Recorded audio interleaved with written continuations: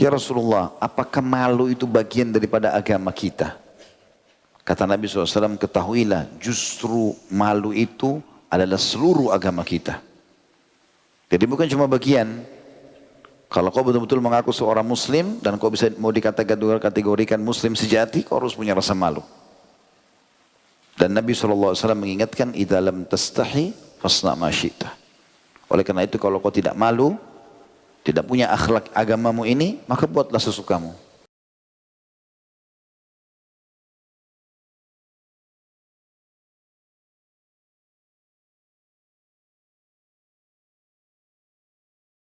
Assalamualaikum warahmatullahi wabarakatuh.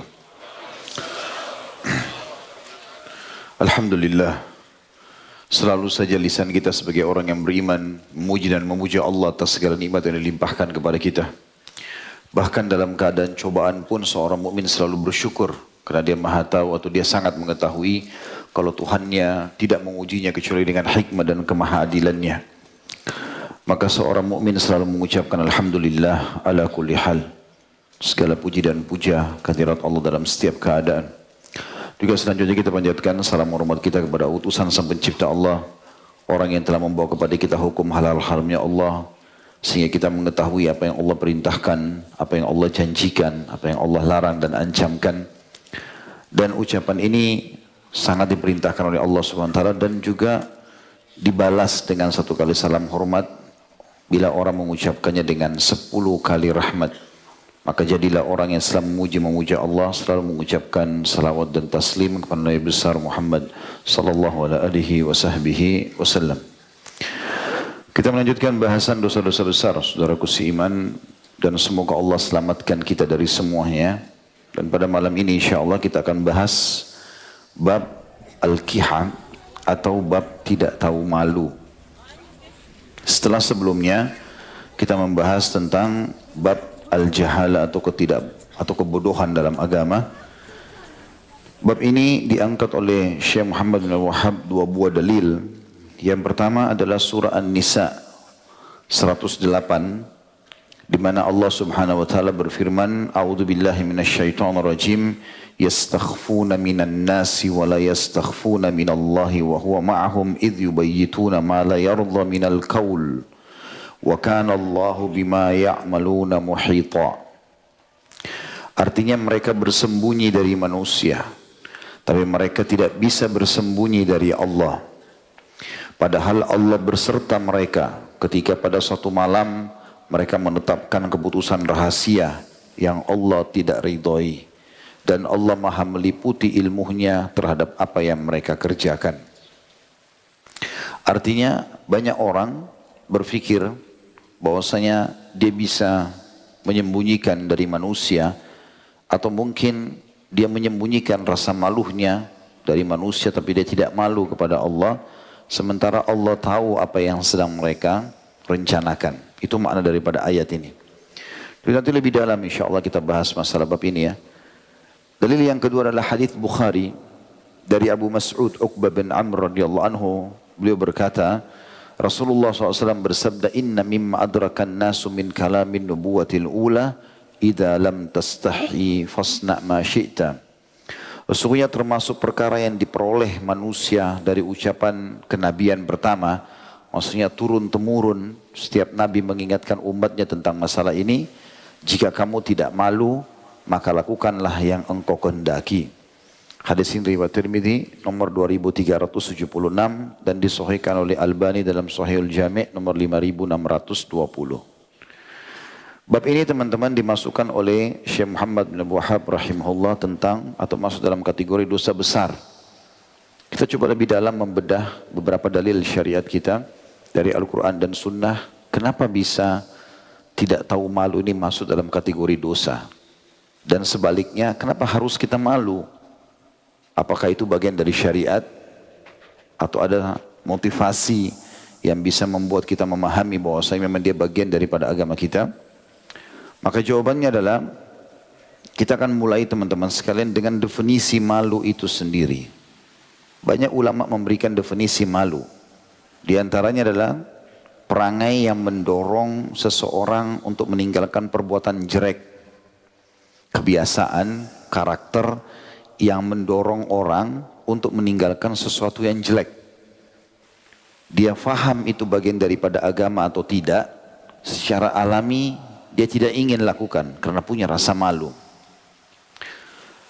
Juga membengkalaikan hak-hak orang lain atau tidak ingin membengkalaikan hak orang lain, itu malu. Dia dahulukan hak orang lain, dia malu tidak memberikannya. Maka ini bagian daripada malu itu sendiri. Ibnu Rajab rahimahullah lebih menekankan tentang masalah malu dan beliau menjelaskan malu ada dua macam. Ada malu yang pertama yang merupakan karakter dan tabiat bawaan. Emang dari lahir orang ini sudah Allah kasih rasa malu. Dan dia tidak diupayakan. Dia tidak berusaha. Emang dasarnya orangnya dari kecil pemalu. Dan kata beliau malu yang merupakan karakter dan tabiat bawaan dan tidak diupayakan. Dan ini karunia Allah yang maha suci yang sangat besar kepada hambanya. Rasulullah SAW bersabda dalam hadits Bukhari, al-haya'u la ya'ti illa bi khair. Malu itu kalau ada pada seseorang, maka dia tidak akan mendatangkan kecuali kebaikan saja. Kata beliau, malu ini akan menghalangi seseorang dari membuat perbuatan buruk dan juga akhlak tercelah, dan sebaliknya mendorong berbuat baik, berbuat ketaatan. Dan ini dimasukkan atau dalam kategori dikategorikan dalam malu yang pertama. Memang dia bawaan. Kalau teman-teman juga pernah dengar ada seorang sahabat yang punya sifat dua yang mulia, tapi tentu bukan dalam masalah malu ya. Yaitu kedewasaan dan ketenangan dalam memecahkan permasalahan. Ya. Istilahnya al-anat. Ya. Al-hilmu wal-anat. Maka Nabi SAW mengatakan, sesungguhnya dalam dirimu ada dua sifat yang sangat Allah cintai. Yaitu kedewasaan dan tidak terburu-buru dalam memberikan keputusan dalam satu perkara. Jadi dia betul-betul renungi, dia enggak tergesa-gesa gitu.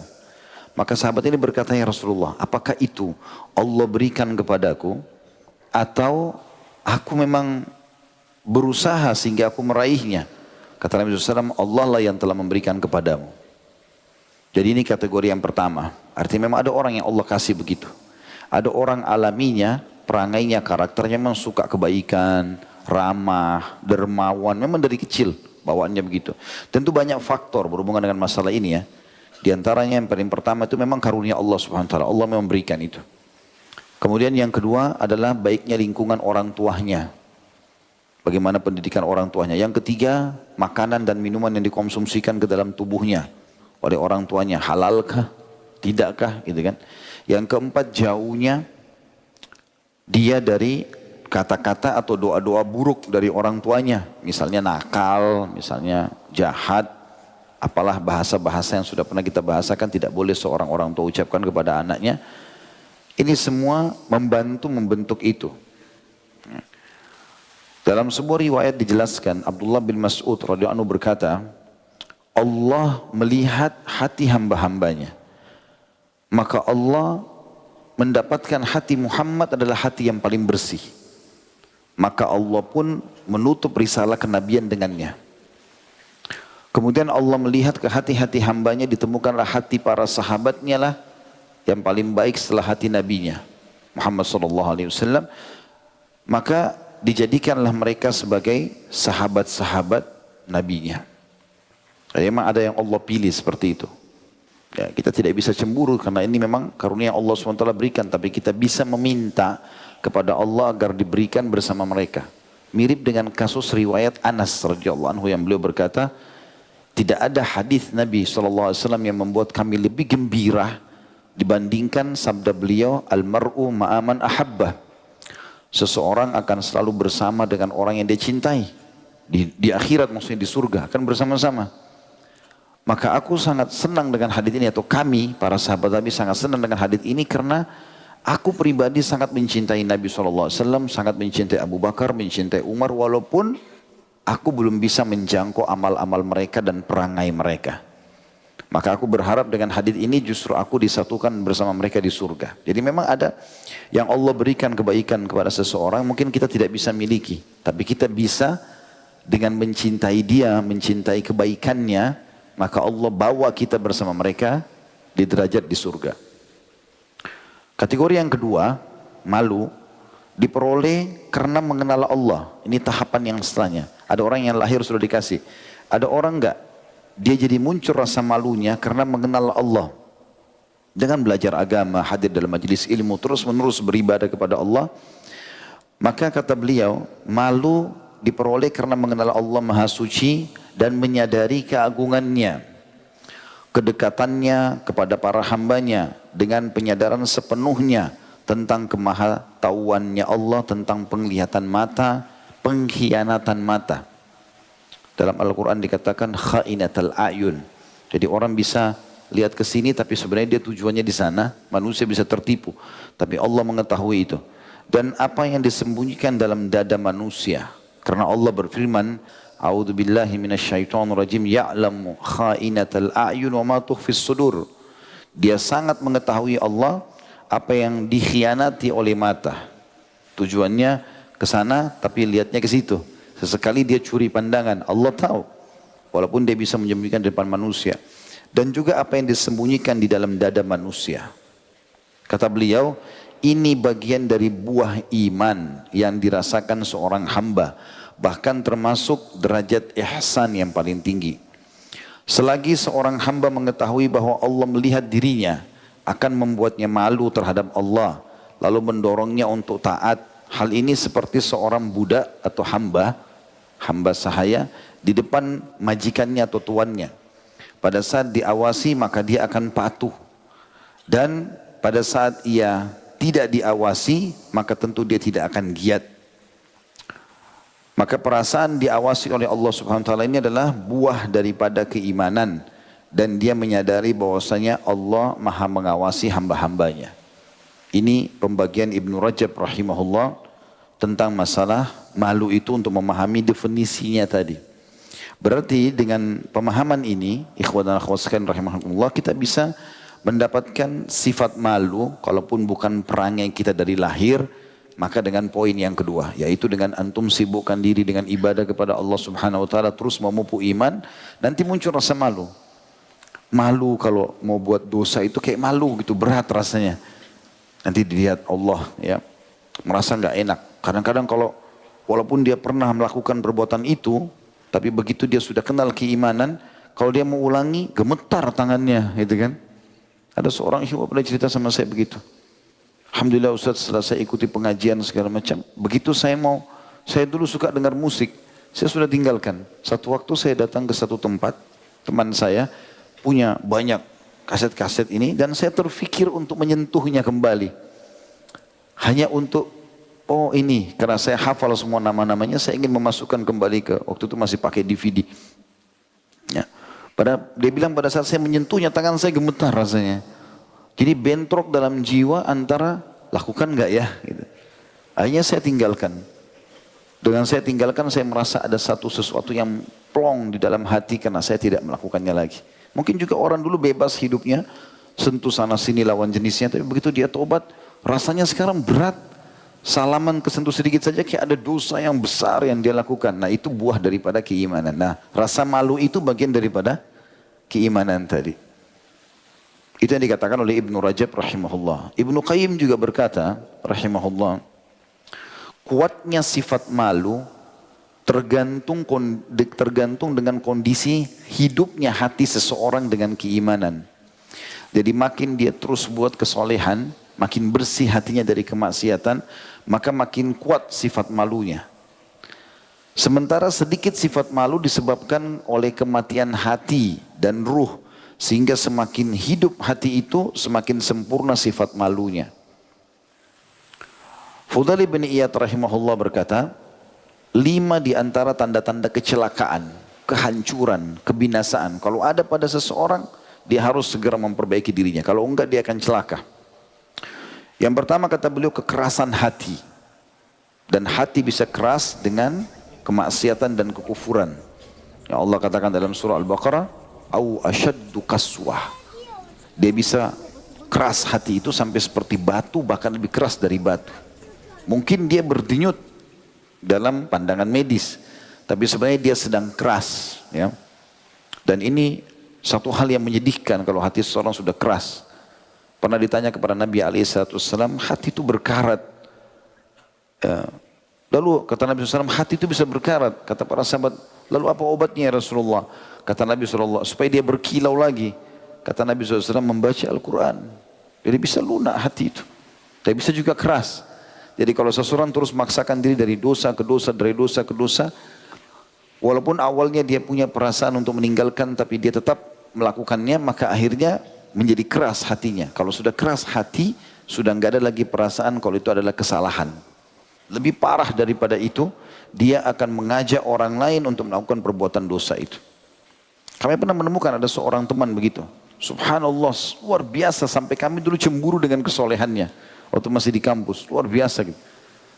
Tiap hari ibadahnya luar biasa. Tiap hari kerjanya itu kalau jalan sama kami, pulang dari Masjid Nabawi bawa buku. Baca buku gitu. Buku itu dia bilang, sebentar, jangan masuk kamar dulu. Ini kita baca. Kita besok tanding ya, hafal ini ya. Jadi luar biasa gitu motivasinya gitu. Suatu waktu subhanallah kita temukan dia kok berubah. Orang ini sudah nggak pernah ngajak sholat di Masjid Nabawi, sudah nggak pernah baca buku sama-sama, udah nggak pernah buat pertandingan. Ayo ini seperti Usulul Tsalatsa dan yang lainnya, buku-buku kecil, Kutaibat itu sering kami hafal dulu gitu. Lalu kita jadikan pertandingan antara kita saja tanpa ada hadiah gitu. Motivasi siapa yang lebih dulu menghafalnya. Tiba-tiba dia berubah gitu. Lalu saya sama teman-teman kita diskusi. Ada apa orang ini? Kenapa kok bisa berubah?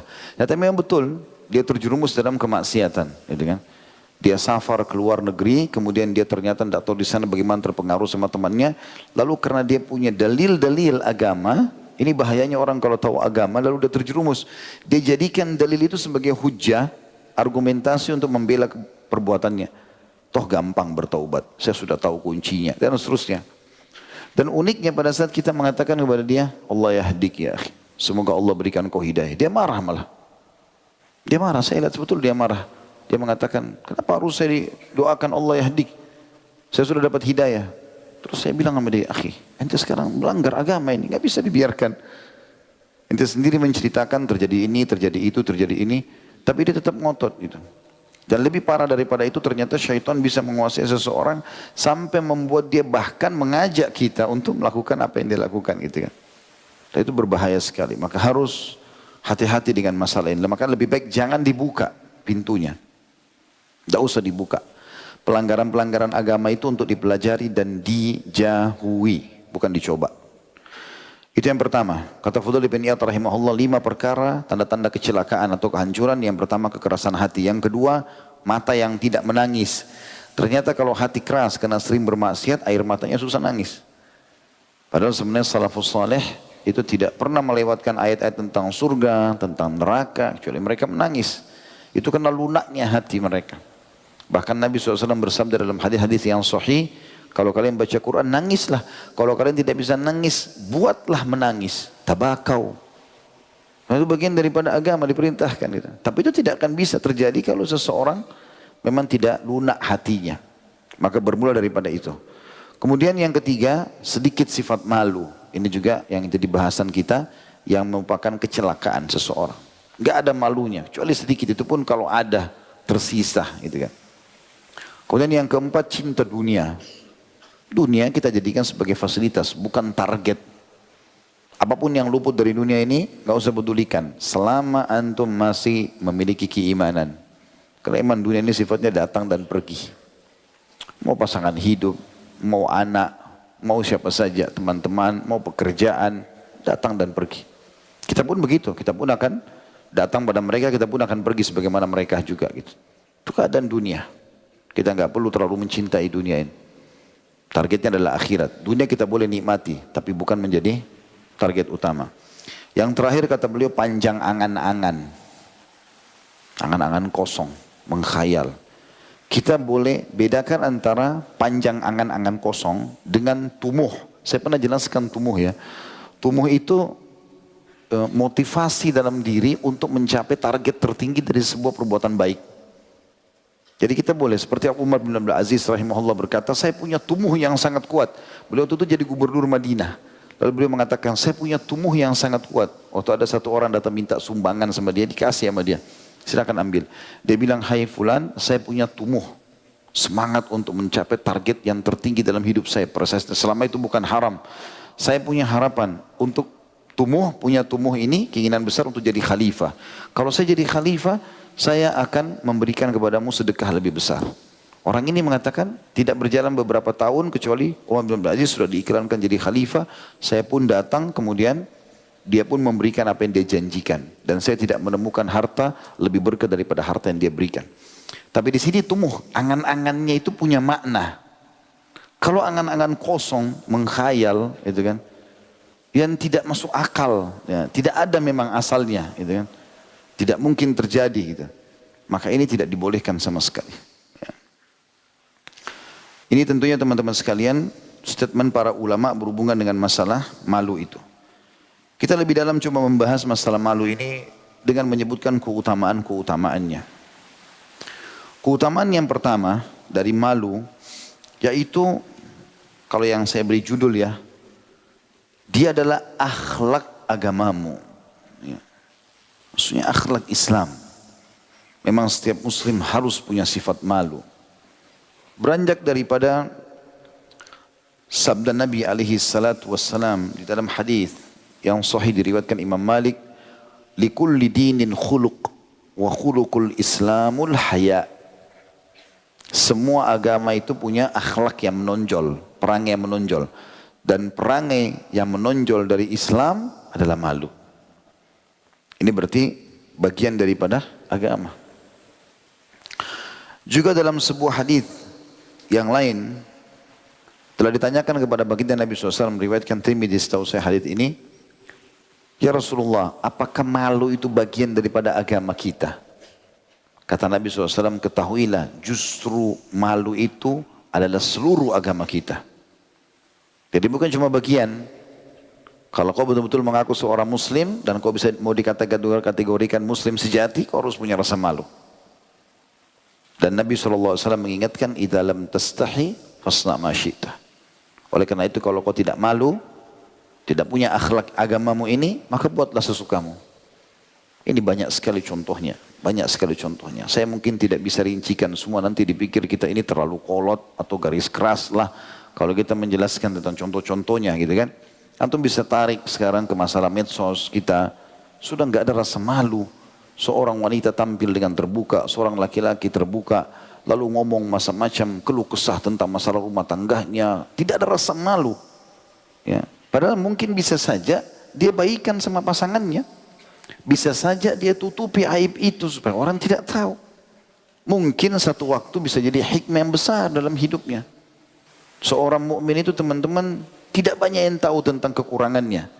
Orang menilai kelebihannya iya, karena dia tutupi aibnya. Karena Allah itu menutupi aib hamba-hambanya. Kenapa harus malah diekspos?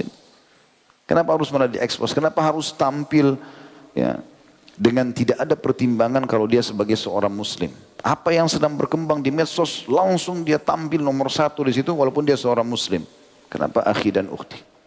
Apakah kita tidak malu joget-joget di depan orang, menari-menari di depan orang?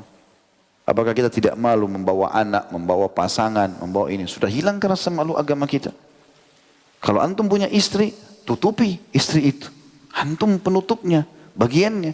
Bukan malah dipamer. Tutup, bahkan kalau perlu suruh pakai cadar. Antum punya ghirah, kecemburuan agama. Enggak boleh sembarang orang bisa melihatnya. Itu yang benar, itu akhlak muslim. Ini enggak. Malah disuruh buka hijab, malah disuruh tampil, malah dipamerkan kepada orang. Kenapa ini? Ini jelas jauh dari akhlak muslim. Contoh saja. Begitu juga dengan mengorbit anak-anaknya, mengorbit ininya, mengorbit itunya, segala macam hal. Ya. Teman-teman harus kontrol. Medsos bisa menjadi sumber pahala buat kita atau menjadi sumber bencana buat kita. Hati-hati kontrol. Kalau kita ingin mengikuti perkembangan. Boleh, bukan tidak boleh. Tapi untuk kebaikan. Ya, karena dia seperti pedang yang memiliki dua mata. Gitu kan? Dia bisa membawa pada kebaikan, kita gunakan dalam dakwah, penyampaian yang baik, atau memang dia bisa menjadi sesuatu yang mencelakakan. Kemudian yang kedua, Tentu ada juga perkataan Hudzaifah radhiyallahu anhu dalam poin pertama ini ya. Masalah malu adalah akhlak agamamu. Jadi kau harus menonjol hai saudaraku muslim sebagai seorang pemalu gitu loh. Kata Hudzaifah radhiyallahu anhu, la khaira fi man la yastahi minan nas. Tidak bisa dinilai seseorang itu punya kebaikan bagi orang yang sudah tidak malu pada manusia. Gak malu lagi, teriak-teriak sana sini gitu kan. Sehingga akhirnya kita ngobrol pun tidak nyaman. Hampir semuanya ya ditanyakan, hampir semuanya dia mau cari tahu, hampir semuanya dia mau campuri. Ini tidak ada rasa malu. Tidak ada rasa malu sama sekali. Saya umroh dengan jemaah, kalau ada yang datang kenalkan diri saya kenal. Kalau secara khusus saya mau tahu, Bapak kerja di mana, kenapa harus umroh, kenapa? Saya nggak campur, untuk apa campurin orang gitu. Mungkin dia tidak suka diketahui gitu kan. Sampai kadang ada jemaah yang datang, Ustaz ini si fulan kerjanya ini, oh iya. Kalau dia tidak lanjutkan jelaskan saya tidak akan tanya. Tidak semua orang mau ditahu masanya gitu kan. Mungkin kenapa dia nggak kenalin diri, ya sudah berarti dia tidak mau ditahu. Cukup. Dia datang, dia kenalkan diri atau dia tanya tentang program saya, baru saya sampaikan. Kalau saya datang untuk menjelaskan kepada orang, tidak. Kita punya rasa malu, punya harga diri kan gitu. Itu bagian daripada agama. Yang kedua, keutamaan malu. Malu adalah sifat Tuhanmu, Allah subhanahu wa ta'ala. Allah sendiri pencipta, punya sifat malu. Disebutkan dalam banyak riwayat, diantaranya hadis yang sahih. Kata kita mulai dulu dengan ayat Al-Quran, surah Al-Ahzab, surah nomor 33, ayat 53. Tentu ayat ini panjang sekali ya. Tapi di tengah-tengah ayat, Allah SWT berfirman, A'udzubillahi minasyaitonir wallahu la yastahi minal haqq. Sesungguhnya Allah tidak pernah malu dalam menjelaskan kebenaran. Makanya ada seorang sahabat Nabi bertanya di masjid, habis sholat subuh, rupanya mungkin dia sebelumnya mimpi junub, lalu dia mengatakan, ya Rasulullah, sesungguhnya Allah tidak malu dalam menjelaskan kebenaran. Maka apakah bagi wanita yang mimpi juga mandi? Seperti laki-laki mandi junub? Itu kebenaran, harus ditanya. Maka kata Nabi SAW, iya, kalau dia mendapatkan cairan basah di kemaluannya. Tapi di sini teman-teman sekalian, sifat malu ini dalam arti kata pada tempatnya. Ya. Kalau untuk menuntut, nanti kita akan jelaskan di penutupannya, termasuk kita tidak boleh malu dalam menuntut ilmu. Yang dilakukan oleh sahabat ini tentunya. Yang jelas teman-teman sekalian, Allah mengatakan, wallahu la yastahi minal haqq. Allah tidak pernah malu dengan kebenaran. Kemudian juga dalam sabda Nabi SAW dalam hadis sahih, inna rabbakum tabaraka wa ta'ala, sesungguhnya Tuhan kalian yang maha berkah dan maha tinggi, hayyun karim, sangat pemalu dan sangat mulia, dermawan, suka memberi. Yastahi min abdihi idza rafa'a yadayhi, dia malu dari seorang hambanya yang mengangkat tangannya ke langit kita untuk berdoa, ayyaruddahuma safra atau sifra. Sementara hamba itu dikembalikan tangannya setelah doa dalam kondisi kosong. Artinya Allah malu kalau sudah dimohon lalu kemudian tidak dia memberi. Tapi saksi bahasan kita sifat Allah hayyun karim. Allah itu pemalu dan juga sangat mulia. Di dalam hadis yang lain disebutkan kata Nabi SAW dalam hadis riwayat Abu Dawud, An-Nasai, Al-Baihaqi dan Sahih, Anallah hayyun sittir yuhibbul haya was-satru. Sesungguhnya Allah itu zat yang maha pemalu dan juga suka menutupi kesalahan. Oleh karena itu dia mencintai sifat malu dan juga sifat menutupi kesalahan. Itu sifat Allah SWT. Jadi kalau antum tahu kesalahan orang, jangan diekspos. Kayak sekarang lagi zaman medsos, ekspos sana sini berita orang. Jangan singgung. Ada sesuatu yang salah, kalau kau memang niat ikhlas karena Allah ingin dapat pahala dari saudaramu, datangi dia, minta waktu.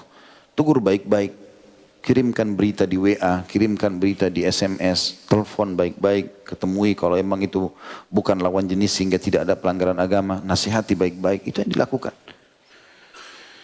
Ini yang kedua. Yang ketiga, keutamaan malu adalah bagian dari tolok ukur imanmu.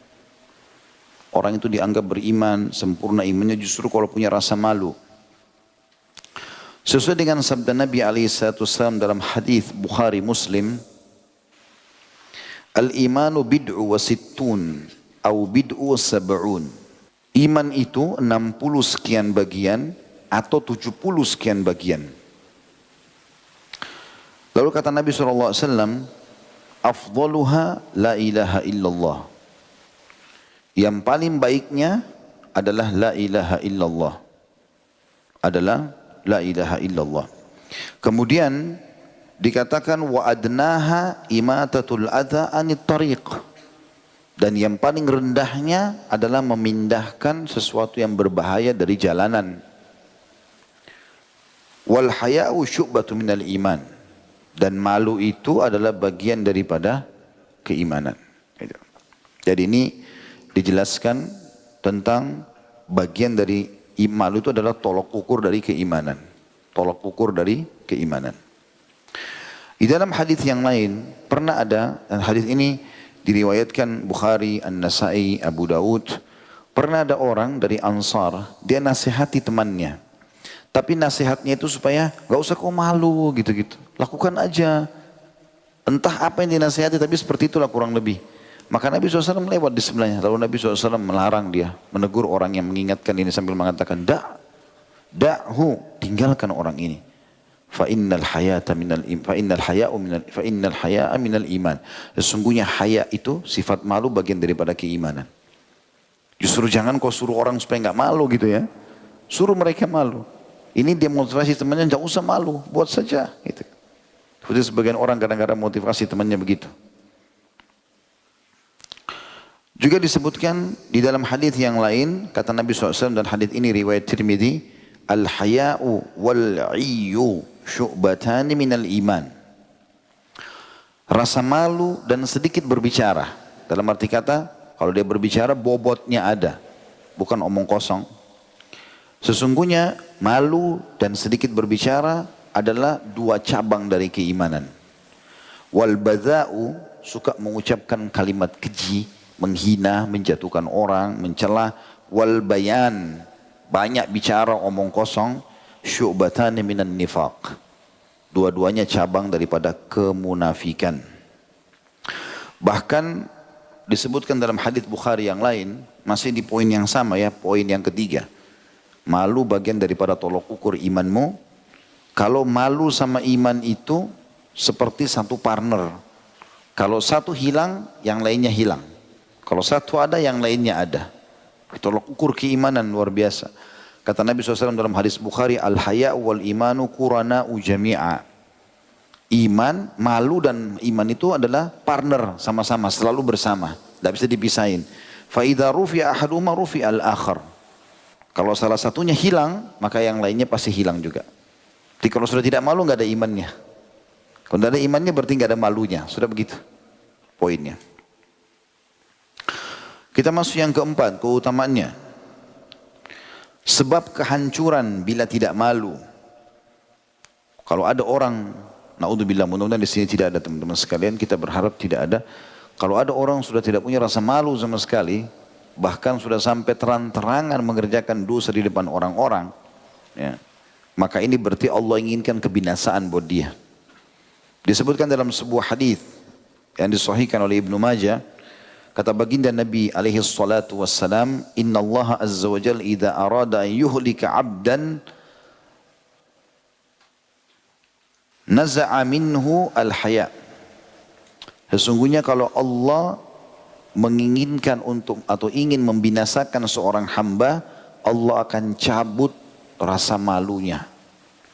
Fa idza nuzi'a minhu al-haya lam talqahu illa mukitan mumakkita. Dan kalau sudah dicabut darinya sifat malu itu oleh Allah, kau akan temukan orang tersebut selalu dibenci dimanapun dia berada. Jadi ini termasuk keinginan Allah untuk membinasakannya. Juga sabda Nabi SAW dalam hadis Bukhari, kullu ummati mu'afin. Semua umatku masih bisa dimaafkan. Illa al-mujahirin. Kecuali orang yang terang-terangan buat dosa. Udah enggak ada rasa malu. Gandengan, bukan para sangkannya, peluk-pelukan, ciuman depan orang. Modern. Dianggap ini modern. Ini kampungan. Ya. Modern dari mana? Ya. Modern itu orang punya, kita dari mana teman-teman kita tahu kalau itu adalah negara beradab, komunitas beradab. Kalau dia santun, pakainya bersih, tutur katanya juga bagus, itu kan baru dikatakan modern. Kalau pakainya kekurangan kain, ngomongnya ugal-ugalan, baru modern, mabuk-mabukan. Dari mana modernnya ini? Kenapa diubah istilah ini? Istilahnya baik malah jadi buruk gitu kan. Aneh sekali gitu. Zaman dulu perempuan tertutup, dianggap zaman kolot, peninggalan zaman, zaman dulu. Sekarang kekurangan kain, zaman modern. La haula wa la quwata illa billah. Akhir zaman. Lalu kata Nabi SAW, wa inna minal mujahara, dan termasuk bagian daripada terang-terangan dalam dosa, karena sudah tidak punya kemasa malu lagi, ayya'mala billaili amala. Dia mengerjakan satu perbuatan dosa di malam hari, thumma yusbihu wa qad satarahu Allah. Kemudian dia tiba pada pagi hari, Allah tutupi kesalahannya. Enggak ada yang tahu nih. Fayaqul, tiba-tiba dia bilang sama teman-temannya besoknya, ya fulan, amiltul bariha kada wa kada. Wahai fulan, tadi malam saya buat ini loh. Saya buat itu loh. Saya kemarin sempat ini, saya ke tempat itu, saya ketemu ini, saya cium, saya peluk, saya ini, oh bangga-bangga saya minum ini, saya coba ini, segala macam hal. Waqad bata satarahu rabbuh, padahal sebenarnya dia telah ditutupi oleh Tuhannya semalam suntuk. Wa yusbihu yakshifu sitrallahi alaih. Tapi sayangnya justru dia sendiri yang membuka penutupan Tuhannya itu darinya. Juga disebutkan, pernah ditanya kepada baginda Nabi SAW, mal kabair, apa itu dosa besar? Kata baginda Nabi SAW, al-isyraku billah, engkau berbuat syirik kepada Allah, wal amnu min makrillah, engkau merasa aman dari hukuman Allah, wal ya'su min ruhillah, dan putus asa dari rahmat Allah. Tapi kategori bahasan kita dari potongan hadis ini yang ketiga, al amnu min makrillah, merasa aman daripada hukuman Allah, karena sudah tidak punya rasa malu gitu. Yang kelima, malu itu kalau ada pada seseorang akan memperindah perbuatannya. Jadi akan baik otomatis karena dia malu gitu. Sebagaimana sabda Nabi alaihi salatu wassalam dalam hadis riwayat Tirmidzi, "Maka al-haya'u fi syai'in illa zanah, wa la kana al-fahsyu fi syai'in illa syanah." Tidak mungkin ada sesuatu itu dikemas oleh rasa malu kecuali akan terhiasi. Dan tidak ada sesuatu yang dihiasi dengan kekerasan, tidak punya rasa malu, kecuali akan merusak sesuatu itu. Yang keenam, dia adalah sifat nabimu Muhammad SAW. Nabi SAW sangat pemalu, karena tahu bahwasanya Allah SWT pemalu. Disebutkan oleh Abu Sa'id al-Khudri radhiyallahu anhu dalam hadis Bukhari Muslim, karena Nabi SAW asyaddu haya'an fil adra minal adra'i fi khidriha. Sesungguhnya Nabi SAW itu lebih malu daripada anak gadis dalam pingitannya. Wa kana idza kariha syai'an arafnahu fi wajhihi. Dan kalau kami tahu Nabi SAW tidak suka sesuatu hanya dari perubahan raut wajahnya saja. Tidak pernah marah-marah secara khusus masalah itu. Karena semua punya sifat malu. Jadi Nabi SAW sudah ditahu oleh para sahabatnya kalau orang ini sangat santun, ramah, baik. Dan kalau tidak suka hanya berubah raut wajahnya saja. Dalam riwayat lain, dalam hadis Bukhari juga, kalau Nabi SAW tidak suka dengan makanan, tidak pernah mencelahnya. Beliau hanya tidak menyentuhnya saja. Sehingga para sahabat sudah faham, oh kalau Nabi enggak sentuh berarti tidak suka. Seperti itulah. Itu karena tingginya sifat malas atau sifat malunya. Alaihi salatu wassalam. Kemudian yang ketujuh, adalah sifat para malaikat, malu itu sendiri. Sifat para malaikat. Disebutkan tentu dalam hadis Muslim, banyak riwayat menjelaskan masalah ini. Bagaimana Nabi alaihi salatu wassalam pernah duduk di dalam sebuah kebun, kemudian dijaga oleh Abu Musa al-Ash'ari radhiyallahu anhu. Seingat saya sahabat ini yang menjaga di kebun itu. Kemudian Nabi SAW masuk ke dalam kebun itu, ada satu kolam gitu, untuk berendam kaki. Biasanya kalau di musim dingin rendam air hangat atau air panas, ya air hangat kurang lebih. Kalau musim panas direndam di kakinya di air dingin. Itu termasuk sunnah Nabi SAW. Beliau sering kerjakan itu. Jadi beliau berendam waktu itu di musim panas, kakinya di air dingin. Datang Abu Bakar minta izin, Nabi SAW mengatakan izinkan dia. Karena dia, dan sampaikan dia termasuk ahli surga. Waktu itu Nabi kebetulan kelihatan lututnya. Kemudian duduk Abu Bakar sebelah kanannya. Tak lama kemudian datang Umar, izin masuk. Kata Nabi SAW, izinkan dia masuk. Dan sampaikan dia akan masuk surga dan dia akan mati syahid. Umar masuk, duduk di sebelah kiri Nabi. Lihat Nabi lihatkan lututnya, Abu Bakar sama Umar ikut-ikut. Lihatin juga lututnya. Karena Nabi buat, berarti boleh nih, gitu kan. Duduk bertiga. Karena kemudian Uthman bin Affan datang, pamit juga masuk. Maka Nabi SAW mengatakan izinkan dia masuk dengan cobaan yang akan menjadi penutup hidupnya. Artinya akan ada ujian di akhir hidup dan dia akan mati syahid. Lalu tiba-tiba waktu Uthman masuk, Nabi SAW buru-buru tutup lututnya. Duduk di sebelahnya Umar. Lalu kata Abu Bakar sama Umar, ya Rasulullah, tadi waktu kami masuk berdua Anda tidak tutup lutut. Kenapa Uthman masuk Anda tutup lutut nih? Gitu kan. Kata Nabi SAW, ala astahi min rajulin istahaminhul malaika. Tidakkah aku malu dengan seorang laki-laki yang malaikat aja malu pada dia. Gitu.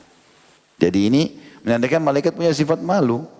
Dalam sebuah athar yang lain dikatakan, malulah kalian dengan makhluk Allah, maksudnya malaikat yang tidak berpisah dengan kalian kecuali kalian lagi di WC atau lagi sedang berhubungan biologis. Jadi selalu ada malaikat itu melihat, mengontrol. Malaikat itu terganggu dengan bau busuk yang manusia juga tidak suka, kata-kata kasar dan segala macam. Mereka ada. Antum salam kan ucapin salam kiri kanan. Udah para malaikat Allah Subhanahu wa taala.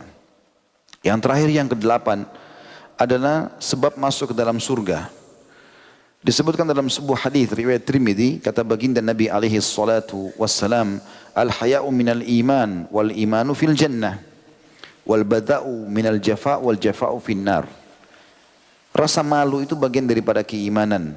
Dan iman itu di surga. Pasti masuk surga. Kalau sudah punya malu dan dia ikuti dengan keimanan, karena tadi sudah kita bilang dia partner sama iman, maka dia akan masuk surga. Dan sifat jorok, suka berkata jorok, berkata kasar, ya, terbiasa untuk mengucapkan binatang-binatang lah, apalah segala macam kata-kata yang tidak nyaman ini, itu bagian daripada kekerasan. Dan kekerasan pasti masuk neraka, kata Nabi SAW. Pasti masuk neraka. Saya ingin menyebutkan ada tambahan teman-teman sekalian tentang Al-Mawardi rahimahullah menyebutkan dalam kitab Adabud Dunya wad Din. Beliau mengatakan malu itu dibagi menjadi 3 tingkatan. Yang pertama malu kepada Allah. Pada tingkatan ini seseorang akan mengerjakan semua perintah Allah dan meninggalkan semua larangannya. Ia malu karena iman kepada Allah yang maha melihat lagi mengetahui jika ia melakukan dosa. Dan juga ia malu dari sisi lain tidak beribadah. Karena Allah maha penyayang telah memberikannya banyak kesempatan hidup dan nikmat. Ini yang pertama, maksudnya malu kepada Allah. Yang kedua, malu kepada sesama manusia. Malu ini diaplikasikan dengan menghargai orang lain, tidak saling menyakiti, serta juga tidak melakukan hal yang tidak seharusnya diperbuat di hadapan orang lain. Itulah yang dikatakan oleh sahabat Nabi yang mulia Hudzaifah bin Yaman radhiyallahu anhu, la khaira fi man la yastahi minan nas. Enggak akan bisa dinilai orang itu punya kebaikan kalau tidak punya malu terhadap manusia. Yang ketiga adalah malu kepada diri sendiri, kata beliau. Artinya seseorang menjaga diri dari sifat-sifat tercelah walaupun tidak ada yang melihatnya. Maka saat sendiri ia malu melakukannya, ia malu untuk melihat atau menilai buruk orang lain karena dia tidak merasa lebih baik dari orang lain. Ya, masuk dalam kategori ini teman-teman, kalau orang yang sudah berpasangan suami istri tetap harus hati-hati ya. Tidak boleh, bukan karena suami istri lalu kemudian boleh ceritain sembarangan orang, tetap ghibah diharamkan. Tidak boleh seorang suami cerita tentang teman kantornya ke istrinya, nggak usah cerita, nggak perlu. Antum sama istri, maaf ini masih bujang-bujang ya. Ngobrolnya masalah cinta, masalah rindu, cumbuan, nikmati saja dia. Bicara orang gak usah. Pendidikan anak, mau makan apa, yang enak-enak saja. Kalau sudah mulai bicara, ada temanku, dah jangan cerita. Ya. Atau apalah yang seperti itu. Ya. Tetanggalah, iparlah, gak usah dibicarain. Kecuali memang ada pesan baik, oke. Dan itu antum sebagai laki-laki terutama harus terapkan dalam rumah tangga. Jangan biasakan layani ini. Karena perempuan kalau dilayani ngomong terus nih. Ya. Jadi jangan dilayani soal begini. Jangan dibuka. karena tetap ghibah. Ada beberapa hal yang tidak masuk dalam ancaman. Yang pertama itu malu dalam belajar. Ini nggak boleh. Justru ini harusnya kita tidak malu dalam belajar. Maksudnya adalah tidak malu dalam menuntut ilmu ya. Oh saya malu ke Blok M karena rame orang. Salah. Datang justru. Bukan begitu. Ya. Karena Imam Mujahid, seorang ulama tabi'in Mujahid berkata, la yata'allamul ilm mustahi wala mustakbir. Orang yang malu dan orang yang sombong tidak akan mendapat ilmu. Mujahid ini perlu antum tahu ya, dia orang yang pernah menyetor lengkap 30 juz Al-Quran itu sebanyak 30-40 kali kepada Ibnu Abbas radhiyallahu anhu. Jadi dia duduk sama Ibnu Abbas, dia belajar dari sahabat ini saking sukanya dengan ilmu, sampai dia duduk, dia ulangi 30 juz itu, hafalannya dan tafsirnya. Ulanglah yang kedua kali, ulang yang ketiga. 30-40 kali. Ini Mujahid rahimahullah. Dia yang berkata, orang yang malu dan orang yang sombong tidak akan dapat ilmu. Dalam arti kata, malu di sini positif ya. Datang ke majelis ilmu, bertanya yang diperlukan, tapi tentu dengan adab-adabnya. Dengan adab-adabnya, seperti di antara adab majelis ilmu, tidak boleh memotong pembicaraan pemateri, bertanya sesuai dengan temanya, gitu kan. Kalau sudah paham, maka cukupkan diri dengan itu. Ya, tidak perlu untuk menonjolkan diri, riak kepada orang. Kalau memang dia tunjukkan kalau dia pintar dan seterusnya, hindari semua. Dimaksud malu sini, jangan malu adalah bertanyalah kalau yang perlu. Hadirlah di majelis ilmu, kejarlah di mana ilmu itu ada. Ya. Aisyah berkata, radhiyallahu anha, memuji tentang sifat wanita Ansar. Ni'man nisa'u nisa'al Ansar. Lam yamna'na al-haya'u an yatafaqqahna fid din. Sesungguhnya wanita terbaik adalah wanita Ansar. Karena rasa malu, mereka punya rasa malu tinggi sekali, tapi tidak menghalangi mereka untuk memperdalam ilmu agama. Sebagaimana diriwayatkan oleh hadis Bukhari. Begitu juga dengan melakukan umumnya ibadah-ibadah yang memang harus dikerjakan terang-terangan. Hadir majelis ilmu, pergi haji dan umrah, jihad, sholat berjamaah, ya, sholat istisqa, sholat jenazah, sholat semua yang harus kelihatan oleh orang. Gotong royong, kerjasama, kegiatan-kegiatan bakti sosial, harus orang lihat. Jangan bilang, saya malu untuk bekerja. Enggak, di sini bukan tempatnya. Karena Nabi SAW menunjukkan pada saat gari parit, khandak, beliau turun langsung. Dan beliau malah memotivasi para sahabat untuk melakukan perbuatan tersebut. Dalam jihad, beliau turun langsung. Karena memang dasarnya ibadah ini terlihat oleh orang. Itu juga masuk dalam masalah ini yang bujang-bujang ini. Malu melamar. Ya. Malu menikah. Kenapa belum melamar? Kenapa belum menikah? Malu. Kenapa malu? Saya nggak punya apa-apa. Coba dulu. Coba. Siapa tahu calon mertua antum terima, memang mau cari orang miskin. Siapa tahu. Siapa tahu. Gitu kan. Karena sudah terlalu banyak orang kaya, dia mau orang miskin. Yang penting jujur misalnya. Kan gitu. Coba saja. Tempat bahasa Arab mengatakan jarib ta'rif. Coba kau akan tahu kan gitu. Belum coba sudah mundur duluan. Nah, ini bukan laki-laki berarti. Dan kalau sudah ditolak, ya sudah mundur cari manusia lain. Maka itu juga masuk dalam kategori yang harus diperhatikan tentunya. Yang terakhir adalah malu dalam menyampaikan kebutuhan-kebutuhan dasar kepada pasangan, ini juga masuk. Banyak rumah tangga jadi kacau karena dia malu bicara sama istri atau sama suaminya. Tapi itu kebutuhan dasar. Terutama masalah biologis misalnya. Ya dia bahasakan baik-baik. Saya pengen begini, saya begini, saya begini. Apa yang kamu suka dipenuhi. Jadi ini harus ada bahasa. Saya temukan banyak. Ini perkara mungkin dianggap biasa. Tapi subhanallah besar masalah ini. Karena selalu dianggap remeh. Dianggap tidak perlulah, tidak masalah. Akhirnya rumah tangga berjalan dingin. Tidak ada sesuatu yang dianggap sesuatu yang mulia. Padahal biologis itu adalah 90% rumah tangga. Harus dikemas dengan cara baik. Maka ini juga tidak boleh malu dalam masalah ini tentunya.